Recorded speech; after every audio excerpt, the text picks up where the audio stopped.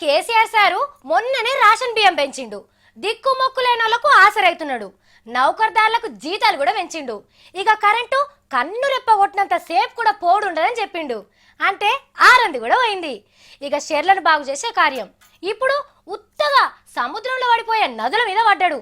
ఆటికి అడ్డం పడి మన శిలకరికెళ్ళి వారిచ్చే చక్కర పోసే పని ముంగటేసుకున్నాడు. అంటే చూస్తుండ్రా మన సీఎం సారు మన రాష్ట్రాన్ని బంగారం వజ్రం చేసేందుకు ఎంత కష్టపడుతున్నాడో. మన రాష్ట్రంలో గోదావరికి అడ్డంగా గోడ కట్టి ఒక్క ఒట్టు కూడా కింది పక్కకు పోకుండా చేస్తానంటున్నాడు. ఇగో గిదే పని మీద అయితారన్నాడు కేసీఆర్ సార్ గాలి మోటార్ వేసుకొని వరంగల్ జిల్లాల గోదావరి బారే కాడికి పోయి మీదికెళ్ళి కిందికెళ్ళి చూసి వచ్చిండు. ఎంబడి పెద్ద పెద్ద మంత్రులు నీళ్ళ ఆఫీసర్లను ఎంబడి పెట్టుకొని ముందుగా కంతనపల్లి ప్రాజెక్టు కడ దిగిండు. ఎటు దిక్కు నుంచి ఎక్కువ నీళ్లు పోతున్నాయి, ఇప్పుడు కట్టే కట్ట ఎంత పొడుగు ఉంటది, ఏ కాలంలో ఎన్ని నీళ్ళు వస్తాయి అని అన్ని గిట్లా అరుచుకున్నాడు.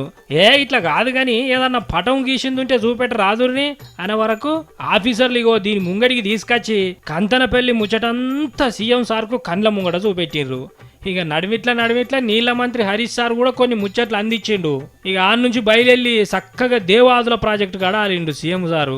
లోపలికి అందరు తీసుకొని పోయి ప్రాజెక్టు పనులు ఎందాక వచ్చినాయి, ఇన్ని రోజులైతున్నా ఇంత నిమ్మలంగా ఎందుకు చేస్తున్నారని కోపం చేసిండు.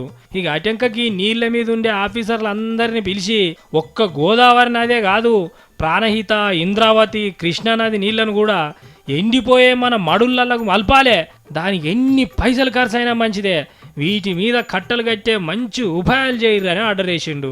ఇక ఇట్లా సారు మాటలు చెప్పినట్టే చేతలు కూడా చేసినా మన తెలంగాణ బంగారు వజ్రాల తెలంగాణ కాదు, అంతకు మించిన ఇలువ కల్లా తెలంగాణ అవుతుంది.